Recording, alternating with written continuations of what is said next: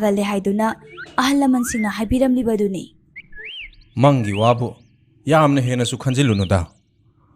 Adubu phare nangna nungaitre hairabani nane ai chalaroige. Itaw hoidasu phajana haidokhrake.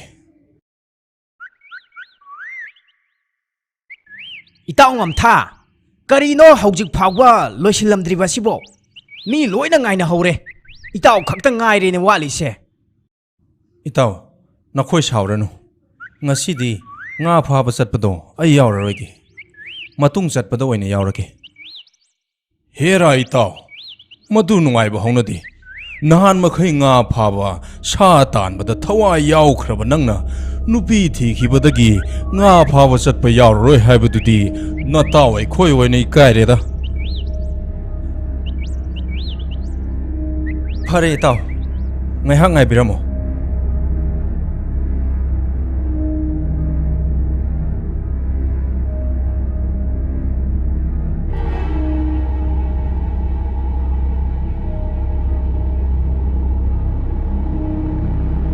Itaw mayam, chalasi.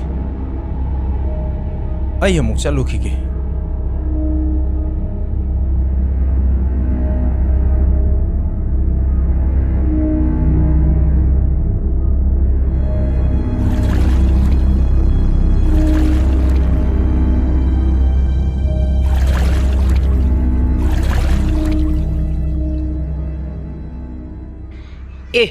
itaw nga chawba ma leire he Mayam nga sinathon giba yaroi ko. Nung asigi manakta kanano ma changsinduna tanthorau. Mayam na thatlaga nga si hekta pharasi. Mayam madudi mafam sida Ngamtha bu changhalasi. Madi makhutna humlaga nga phabasu yamna haibani. Hoi taw Ngamtha. Hoi taw Ngamtha. Somda amukta lakpiu. Kaidawrage itaw? Itaw di nga ga yamna pharamli boire. Ai khoi di nga ga amatta phadre. Ngamtha, nga achauba ma nung asigi karakta changsin khre. Onthok na chawkhraba jani. Madu nang amukta changsin laga tanthorau. Ai khoi swaida thalakke. Ado nung asidi onthok na chawkhreda. Masigi karak asida changba nungaigadaba mandene. Hera itaw nabuk phattaba tawrakanu. Itaw di nga du yamna pharabani. Ekhoi di amatta phadri. Aduga itaw di nga phabasu yamna haibaduda sum changbiu haibani. Phare itaw, ai changsilage. Akoibase thattuna leiramo.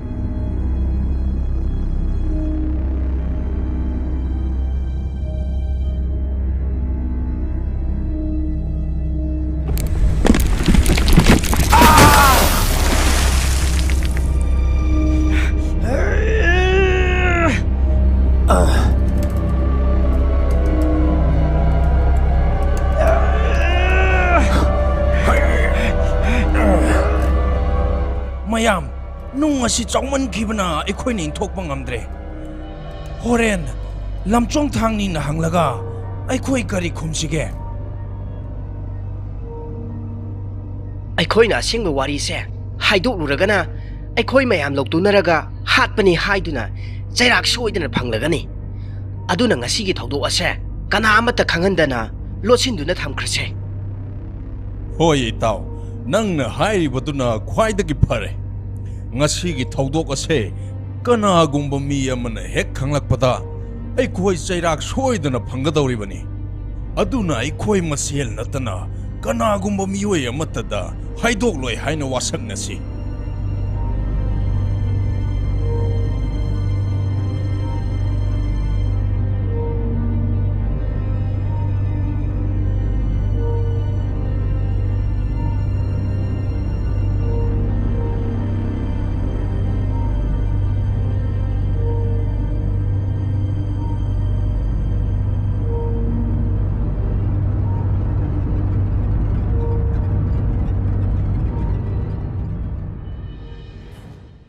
Ibung khoi, Ngamtha di karai da lebi haurabage. Hoi bema, na puroi ba Ngamtha do angakpa mini he. Nga yamna phai han khiroi hai howine. ꯑꯩꯉꯣꯟꯗꯗꯤ ꯍꯌꯦꯡ ꯍꯜꯂꯛꯀꯅꯤꯕꯨ ꯍꯥꯏꯔꯛꯏꯅꯦ ꯑꯩꯅ ꯏꯆꯟꯗꯣ ꯃꯇꯣꯝꯇ ꯂꯩꯕ ꯅꯨꯡꯉꯥꯏꯒꯗ꯭ꯔꯥ ꯍꯥꯏꯅ ꯍꯪꯕꯅꯤ ꯑꯗꯨꯕꯨ ꯅꯪꯒꯤ ꯅꯄꯨꯔꯣꯏꯕ ꯑꯗꯨꯅꯗꯤ ꯉꯥ ꯑꯁꯨꯛ ꯌꯥꯝꯅ ꯐꯥꯔꯤꯕꯁꯤꯕꯨ ꯌꯨꯝꯗ ꯀꯃꯥꯏꯅ ꯍꯟꯗꯣꯏꯅꯣ ꯍꯥꯏꯅ ꯏꯔꯥꯏ ꯂꯥꯏꯅ ꯍꯦꯛꯇ ꯈꯨꯝꯗꯣꯔꯛꯏ ꯃꯤꯗꯥ ꯑꯃꯅꯤ ꯉꯥꯡꯅꯕ ꯑꯣꯟꯊꯣꯛꯅ ꯋꯥꯈ꯭ꯔꯦ ꯏꯕꯦꯝꯃ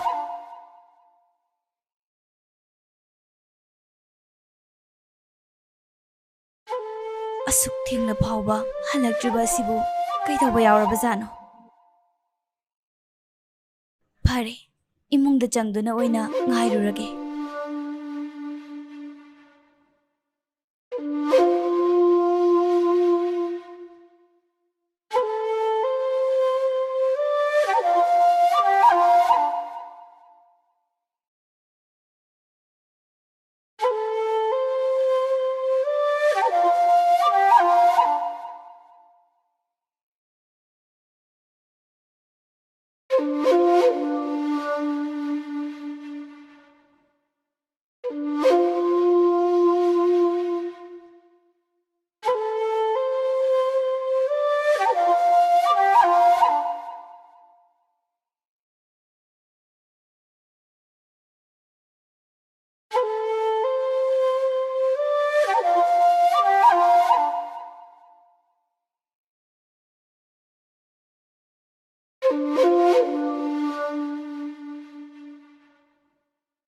ꯍꯧꯖꯤꯛ ꯐꯥꯎꯕ ꯍꯜꯂꯛꯇ꯭ꯔꯤꯕꯁꯤꯅꯗꯤ ꯀꯔꯤꯒꯨꯝꯕ ꯈꯨꯗꯣꯡꯊꯤꯕ ꯑꯃ ꯁꯣꯏꯗꯅ ꯊꯣꯛꯂꯝꯂꯒꯅꯤ ꯐꯔꯦ ꯑꯩ ꯏꯄꯥ ꯈꯨꯂꯥꯛꯄꯒꯤ ꯃꯅꯥꯛꯇ ꯆꯠꯇꯨꯅ ꯍꯥꯏꯖꯔꯨꯔꯒꯦ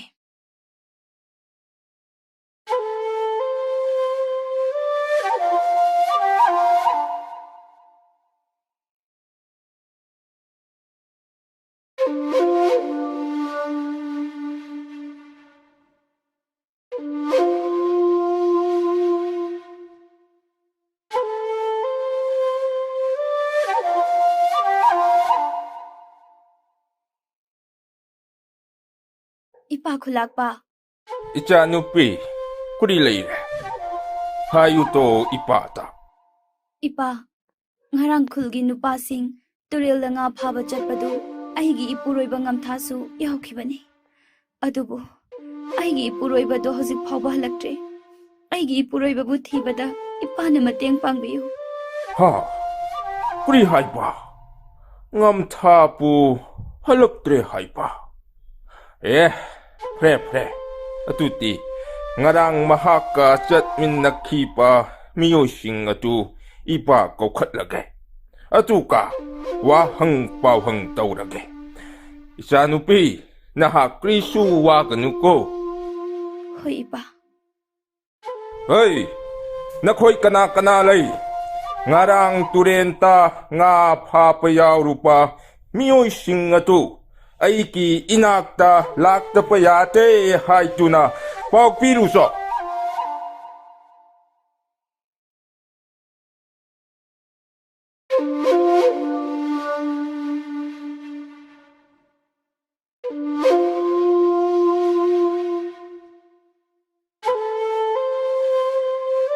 Isa ngarang nakoy ka puna nga papachat min nakipa icha nupa ngamtha atu hausik phawpa yumta halaktre mahak mafam matuta matau karam na lehori pano marik chumna hairodo ꯏꯄꯥ ꯈꯨꯂꯥꯛꯄ ꯉꯝꯊꯥ ꯍꯥꯏꯕ ꯅꯨꯄꯥꯗꯨ ꯑꯉꯛꯄ ꯅꯨꯄꯥꯅꯤ ꯑꯩꯈꯣꯏ ꯃꯌꯥꯝꯅ ꯅꯨꯃꯤꯠ ꯇꯥꯔꯛꯂꯦ ꯌꯨꯝꯗ ꯍꯜꯂꯁꯤ ꯍꯥꯏꯕꯕꯨ ꯃꯥꯅ ꯁꯤꯈꯥꯡ ꯍꯦꯛ ꯈꯥꯡꯒ ꯌꯥꯗ꯭ꯔꯤꯕꯅꯤ ꯑꯆꯨꯝꯕꯅꯤ ꯏꯄꯥ ꯈꯨꯂꯥꯛꯄ ꯑꯩꯈꯣꯏ ꯄꯨꯟꯅ ꯉꯥ ꯐꯥꯕ ꯆꯠꯃꯤꯟꯅꯔꯦ ꯑꯩꯈꯣꯏꯗꯤ ꯅꯨꯃꯤꯠ ꯇꯥꯁꯤꯜꯂꯛꯂꯦ ꯍꯟꯅꯔꯁꯤ ꯍꯥꯏꯕꯅꯤ ꯑꯗꯨꯕꯨ ꯉꯝꯊꯥꯅ ꯉꯥ ꯌꯥꯝꯅ ꯐꯥꯔꯦ ꯂꯩꯍꯧꯈꯤꯒꯦ ꯅꯈꯣꯏ ꯆꯠꯂꯝꯃꯣ ꯍꯥꯏꯕꯗꯒꯤ ꯑꯩꯈꯣꯏꯗꯤ ꯑꯗꯨꯝ ꯍꯜꯂꯛꯂꯦ ngamthana leihaukhige hairapasu nakhoi mayam changtana mapu purakpa yadabara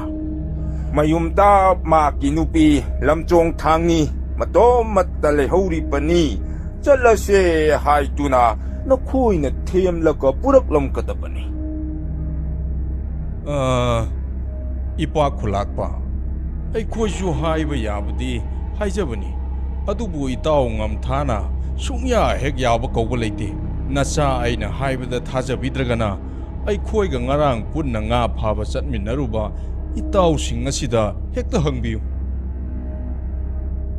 ꯏꯄꯥ ꯈꯨꯂꯥꯛꯄ ꯑꯩꯈꯣꯏꯒꯤ ꯏꯇꯥꯎꯅ ꯍꯥꯏꯔꯤꯕꯁꯤ ꯑꯆꯨꯝꯕ ꯉꯥꯛꯇꯅꯤ ꯑꯩꯈꯣꯏꯅꯗꯤ ꯏꯇꯥꯎ ꯉꯝꯊꯥꯗꯨ ꯊꯦꯡꯉꯦ ꯆꯠꯂꯁꯦ ꯌꯥꯝꯅ ꯍꯥꯏꯖꯕꯅꯤ ꯑꯗꯨꯕꯨ ꯃꯥꯗꯤ ꯏꯆꯜ ꯂꯝꯆꯣꯡ ꯊꯪꯅꯤꯒꯤꯗꯤ ꯊꯣꯏꯅꯕꯨ ꯈꯟꯗ꯭ꯔꯕ ꯃꯥꯜꯂꯤꯗ ꯉꯥ ꯌꯥꯝꯅ ꯐꯥꯔꯛꯈꯤꯗꯧꯔꯤ ꯍꯥꯏꯗꯅ ꯍꯦꯛꯇ ꯂꯩꯍꯧꯔꯤꯕꯅꯤ ꯏꯄꯥ ꯂꯩꯍꯧꯔꯤꯕꯅꯤ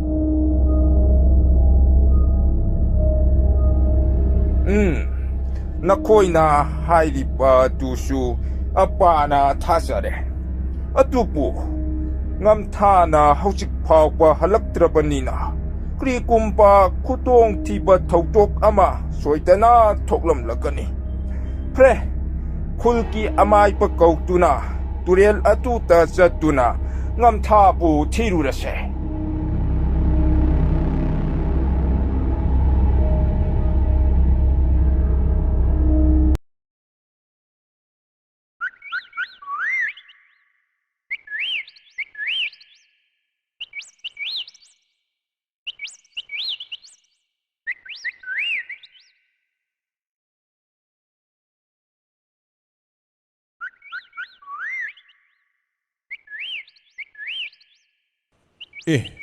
ꯃꯁꯤꯗꯤ ꯏꯇꯥꯎ ꯉꯝꯊꯥꯒꯤ ꯇꯨꯡꯒꯣꯟꯗꯨꯅꯤꯅꯦ ꯀꯣꯟ ꯑꯁꯤꯗꯤ ꯉꯥ ꯑꯃꯠꯇꯁꯨ ꯌꯥꯎꯔꯝꯗ꯭ꯔꯦꯅꯦ ꯇꯨꯡꯒꯣꯟ ꯑꯁꯤꯗ ꯉꯥ ꯑꯃꯠꯇ ꯌꯥꯎꯗ꯭ꯔꯤꯕꯁꯤꯅꯗꯤ ꯉꯝꯊꯥꯗꯨ ꯐꯠꯇ꯭ꯔꯕ ꯁꯥꯁꯤꯡꯅ ꯆꯦꯟꯗꯨꯅ ꯄꯨꯔꯝꯂꯒꯅꯤ ꯍꯣꯏ ꯏꯇꯥꯎ ꯉꯝꯊꯥ ꯏꯇꯥꯎ ꯅꯪꯕꯨ ꯑꯩꯈꯣꯏꯅ ꯀꯧꯔꯤꯕꯁꯤ ꯇꯥꯕ꯭ꯔꯥ ꯏꯇꯥꯎ ꯍꯣꯏ ꯏꯇꯥꯎ ꯉꯝꯊꯥ ꯏꯇꯥꯎ ꯅꯪꯕꯨ ꯑꯩꯈꯣꯏꯅ ꯀꯧꯔꯤꯕꯁꯤ ꯇꯥꯕ꯭ꯔꯥ ꯏꯇꯥꯎ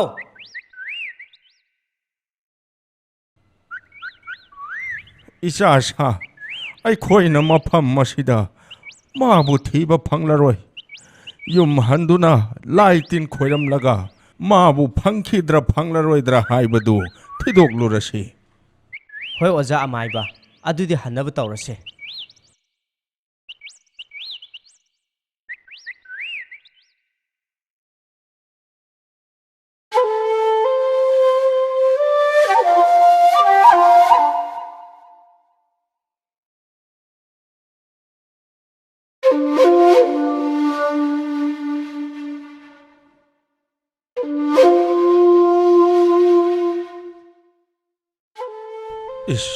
ꯉꯝꯊꯥꯁꯤꯗꯤ ꯊꯤꯕ ꯐꯪꯂꯔꯣꯏꯅ ꯀꯔꯤꯒꯨꯝꯕ ꯑꯩꯅ ꯉꯝꯊꯥꯕꯨ ꯊꯤꯕ ꯐꯪꯂꯔꯣꯏ ꯍꯥꯏꯔꯕꯗꯤ ꯂꯝꯆꯣꯡ ꯊꯥꯡꯅꯤ ꯑꯁꯦ ꯃꯊ꯭ꯋꯥꯏ ꯁꯣꯏꯗꯅ ꯅꯨꯡꯉꯥꯏꯔꯔꯣꯏ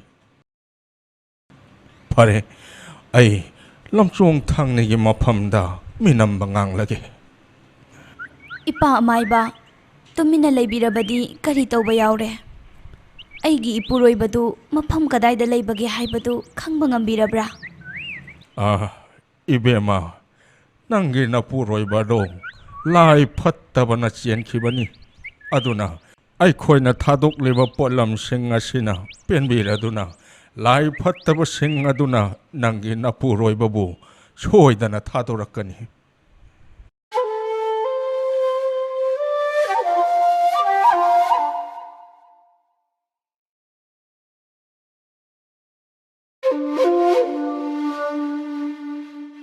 ꯅꯍꯥꯛꯄꯨ ꯍꯜꯂꯛꯀꯗ꯭ꯔꯥ ꯍꯥꯏꯗꯨꯅ ꯑꯩꯅ ꯉꯥꯏꯖꯔꯤꯕ ꯑꯁꯦ ꯍꯞꯇꯥ ꯑꯃ ꯃꯄꯨꯡ ꯐꯥꯖꯤꯜꯂꯛꯂꯦ ꯑꯗꯨꯕꯨ ꯅꯪꯗꯤ ꯍꯜꯂꯛꯄ ꯀꯧꯕ ꯂꯩꯇ꯭ꯔꯤ ꯀꯩꯔꯣꯏ ꯂꯩꯀꯥꯏꯒꯤ ꯃꯤꯑꯣꯏꯁꯤꯡꯁꯨ ꯅꯍꯥꯛꯄꯨ ꯊꯤꯕꯗ ꯃꯇꯦꯡ ꯄꯥꯡꯕꯤꯈꯤꯗ꯭ꯔꯦ ꯑꯩꯗꯤ ꯅꯪꯕꯨ ꯍꯜꯂꯛꯄ ꯉꯥꯏꯕꯗ ꯌꯥꯝꯅ ꯋꯥꯔꯦ ꯉꯟꯅ ꯍꯜꯂꯛꯀꯅꯤ ꯍꯥꯏꯔꯝꯕ ꯅꯍꯥꯛꯅ ꯍꯧꯖꯤꯛ ꯐꯥꯎꯕ ꯍꯜꯂꯛꯇ꯭ꯔꯤꯕ ꯑꯁꯤꯕꯨ ꯀꯔꯤꯒꯤꯅꯣ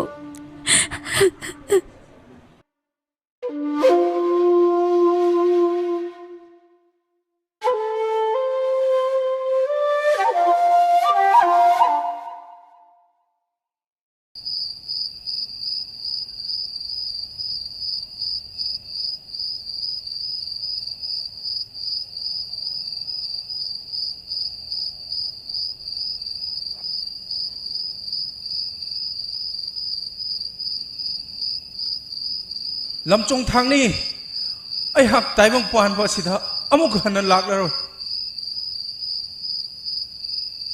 ꯃꯌꯥꯝꯒ ꯉꯥ ꯐꯥꯃꯤꯟꯅꯕ ꯃꯐꯝ ꯑꯗꯨꯗ ꯑꯆꯧꯕ ꯏꯔꯦꯜ ꯑꯃ ꯂꯩ ꯏꯔꯦꯜ ꯑꯗꯨꯗ ꯆꯥꯎꯈ꯭ꯔꯕ ꯅꯨꯡꯖꯥꯎ ꯑꯃꯁꯨ ꯂꯩꯍꯧꯏ ꯈꯨꯟꯖꯥ ꯃꯌꯥꯝꯅ ꯀꯟꯅ ꯍꯥꯏꯃꯟꯕꯗꯒꯤ ꯉꯥ ꯇꯥꯟꯊꯣꯛꯅꯕ ꯑꯩ ꯏꯔꯦꯜ ꯑꯗꯨꯗ ꯏꯔꯨꯞꯈꯤꯕꯅꯤ ꯑꯗꯨꯕꯨ ꯂꯥꯏꯕꯛ ꯊꯤꯕꯗꯒꯤ ꯆꯥꯎꯔꯕ ꯅꯨꯡꯖꯥꯎ ꯑꯗꯨꯅ ꯏꯊꯛꯇ ꯅꯟꯊꯔꯛꯈꯤ 이롤농다 애학 타와이가 학장가 카이나크레 ꯊꯧꯗꯣꯛ ꯑꯗꯨꯒꯤ ꯃꯇꯥꯡꯗ ꯃꯕꯨꯛ ꯆꯦꯜ ꯄꯤꯛꯄ ꯑꯩꯒꯤ ꯏꯇꯥꯎꯁꯤꯡꯅ ꯈꯨꯜꯂꯥꯛꯄꯗ ꯐꯥꯎꯕ ꯇꯥꯍꯟꯗ꯭ꯔꯦ ꯈꯨꯜꯗꯨꯗ ꯂꯩꯕꯗ ꯌꯥꯝꯅ ꯆꯦꯛꯁꯤꯟꯅ ꯂꯩꯌꯨ ꯃꯔꯨꯞ ꯈꯟꯕꯗ ꯌꯥꯝꯅ ꯆꯦꯛꯁꯤꯟꯅ ꯈꯜꯂꯨ ꯅꯪꯒꯤ ꯑꯋꯥꯕ ꯇꯥꯔꯕ ꯃꯇꯝꯗ ꯊꯣꯔꯛꯄ ꯃꯔꯨꯞ ꯑꯗꯨꯇꯕꯨ ꯑꯁꯦꯡꯕ ꯃꯔꯨꯞꯅꯤ ꯍꯥꯏꯅ ꯈꯜꯂꯨ ꯑꯁꯤꯕꯒꯤ ꯂꯝꯗꯝ ꯑꯁꯤꯗ ꯑꯩꯅ ꯅꯍꯥꯛꯄꯨ ꯉꯥꯏꯔꯝꯒꯦ ꯅꯪꯅ ꯀꯅꯥꯒꯨꯝꯕ ꯃꯤꯑꯣꯏ ꯑꯃꯠꯇꯗ ꯂꯃꯟ ꯈꯨꯝꯒꯦ ꯍꯥꯏꯅ ꯈꯛ ꯈꯟꯒꯅꯨꯀꯣ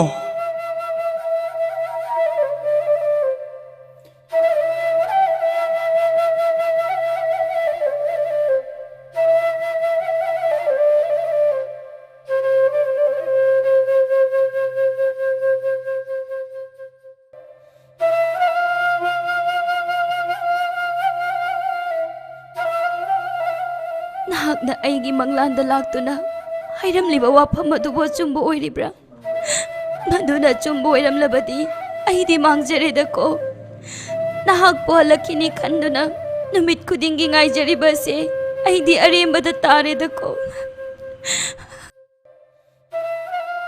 ꯐꯔꯦ ꯍꯌꯦꯡ ꯅꯣꯡ ꯍꯦꯛ ꯉꯥꯟꯕꯒ ꯇꯨꯔꯦꯜ ꯑꯗꯨꯒꯤ ꯇꯣꯔꯕꯥꯜꯗ ꯆꯠꯇꯨꯅ ꯅꯍꯥꯛꯀꯤ ꯈꯣꯡꯒꯨꯜ ꯂꯤꯔꯨꯔꯒꯦ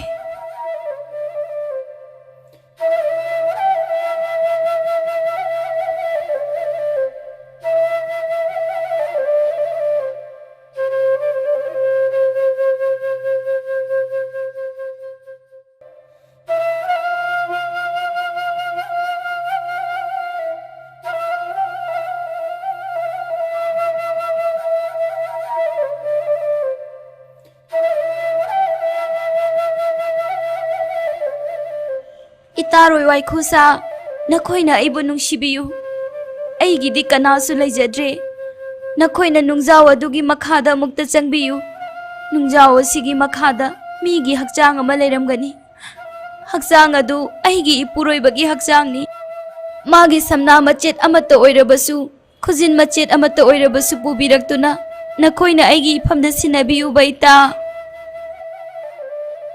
ꯂꯝ ꯆꯣꯡꯊꯥꯡꯅꯤꯒꯤ ꯋꯥꯗꯨ ꯇꯥꯕꯗꯒꯤ ꯋꯥꯏꯈꯨꯁꯤꯡꯗꯨ ꯍꯧꯅꯗꯨꯅ ꯅꯨꯡꯖꯥꯎꯗꯨꯒꯤ ꯃꯈꯥꯗ ꯂꯨꯞꯈ꯭ꯔꯦ ꯉꯥꯏꯍꯥꯛ ꯂꯩꯔꯒ ꯋꯥꯏꯈꯨ ꯑꯃꯅ ꯉꯝꯊꯥꯒꯤ ꯈꯨꯖꯤꯜ ꯑꯃ ꯆꯞꯇꯨꯅ ꯄꯨꯈꯠꯂꯛꯂꯒ ꯇꯣꯔꯕꯥꯟꯗ ꯊꯝꯂꯔꯦ ꯈꯨꯖꯤꯟꯗꯨ ꯃꯄꯨꯔꯣꯏꯕꯒꯤꯅꯤ ꯍꯥꯏꯅ ꯈꯪꯖꯔꯦ ꯃꯥꯒꯤ ꯃꯃꯪꯗ ꯍꯥꯏꯔꯝꯕꯁꯤꯡ ꯄꯨꯝꯅꯃꯛ ꯑꯆꯨꯝꯕ ꯑꯣꯏꯔꯝꯈꯤ ꯍꯥꯏꯐꯝ ꯇꯧꯐꯝ ꯈꯪꯗꯅ ꯀꯞꯆꯈꯤ ꯋꯥꯏꯈꯨꯁꯤꯡꯅ ꯄꯨꯔꯛꯄ ꯈꯨꯖꯤꯟ ꯑꯃꯗꯤ ꯁꯔꯨ ꯃꯆꯦꯠ ꯑꯗꯨꯒꯤ ꯃꯁꯛ ꯃꯑꯣꯡ ꯌꯦꯡꯂꯒ ꯃꯥꯅ ꯁꯥꯔꯤꯕ ꯐꯤ ꯑꯗꯨꯗ ꯌꯦꯛꯇꯨꯅ ꯁꯥꯔꯦ ꯐꯤ ꯑꯗꯨꯅ ꯉꯝꯊꯥꯒꯤꯗꯃꯛ ꯅꯤꯡꯁꯤꯡ ꯈꯨꯗꯝ ꯑꯃ ꯑꯣꯏꯅꯈꯤ ꯂꯝꯆꯣꯡ ꯊꯪꯅꯤꯡꯅ ꯁꯥꯕ ꯐꯤ ꯑꯗꯨꯕꯨ ꯈꯨꯜꯒꯤ ꯅꯨꯄꯤ ꯃꯆꯥꯁꯤꯡꯅ ꯌꯥꯝꯅ ꯄꯥꯝꯅꯔꯝꯃꯤ ꯃꯤꯑꯣꯏ ꯀꯌꯥꯒꯤ ꯐꯤ ꯁꯥꯕꯤꯕꯗ ꯅꯠꯇꯅ ꯂꯩꯁꯥꯕꯤ ꯀꯌꯥꯁꯨ ꯐꯤ ꯁꯥꯕꯗꯨ ꯇꯝꯕꯤꯔꯦ ꯐꯤꯗ ꯌꯦꯛꯂꯤꯕ ꯃꯌꯦꯛ ꯑꯗꯨ ꯉꯝꯊꯥꯒꯤ ꯊꯋꯥꯏꯅꯤ ꯍꯥꯏꯅ ꯂꯧꯖꯩ ꯑꯗꯨꯅ ꯈꯨꯜꯗꯨꯗ ꯉꯝꯊꯥ ꯂꯦꯡꯗꯅ ꯂꯩꯔꯤ ꯍꯥꯏꯅꯁꯨ ꯈꯟꯖꯩ ꯐꯤ ꯃꯈꯜ ꯑꯁꯤꯕꯨ ꯆꯣꯊꯦꯁꯤꯡꯅ ꯉꯁꯤꯁꯨ ꯆꯧꯇꯥꯅꯝ ꯍꯥꯏꯗꯨꯅ ꯃꯤꯡꯊꯣꯟꯗꯨꯅ ꯁꯤꯖꯤꯟꯅꯔꯤ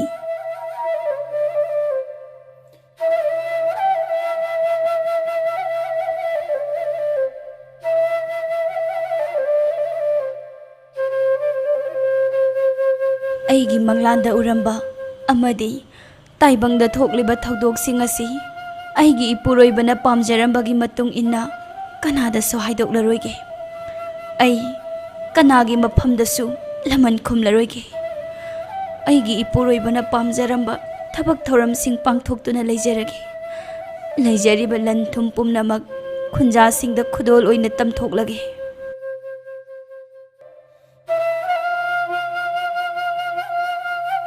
ꯑꯁꯨꯝꯅ ꯂꯝ ꯆꯣꯡꯊꯥꯡꯅꯤꯗꯨ ꯃꯍꯥꯛꯀꯤ ꯃꯄꯨꯔꯣꯏꯕ ꯉꯝꯊꯥꯅ ꯄꯥꯝꯖꯔꯝꯕꯒꯤ ꯃꯇꯨꯡ ꯏꯟꯅ ꯃꯄꯨꯔꯣꯏꯕꯅ ꯊꯝꯕꯤꯔꯝꯕ ꯂꯟ ꯊꯨꯝꯁꯤꯡ ꯑꯗꯨ ꯀꯥꯏꯊꯣꯛꯇꯨꯅ ꯑꯋꯥ ꯑꯅꯥ ꯇꯥꯔꯕ ꯃꯤꯌꯥꯝꯒꯤꯗꯃꯛꯇ ꯃꯇꯦꯡ ꯀꯌꯥ ꯑꯃꯁꯨ ꯇꯧꯕꯤꯔꯝꯃꯤ Thenglaba ahingi matamda lamchong thangnidu mapuroibabu ningsingduna tengtha isai kaya amasu saklame.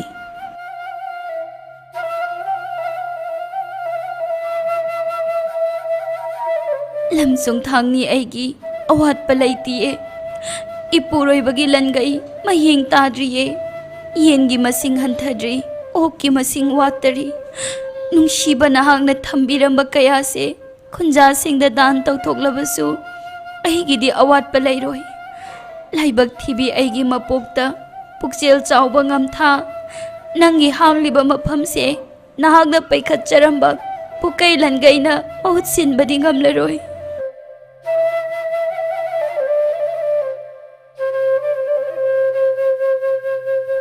Nauna lukrabi oihaurabi lamjong thangni pukchel chawbi minungsi khangbi nupi ama oiki.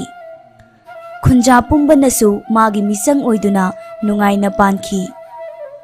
Haukiba kayada oidaba ngangkiba khunja singnasu ningamdaba poknaraktuna lamjong thangni gidamak mateng panglasi haina warepnakri.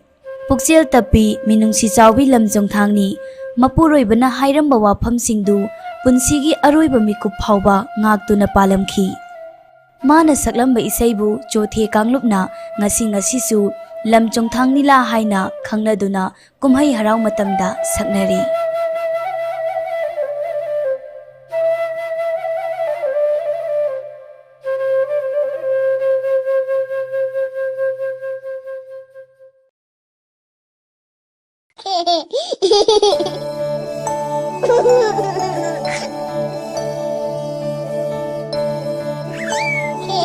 Hehehehe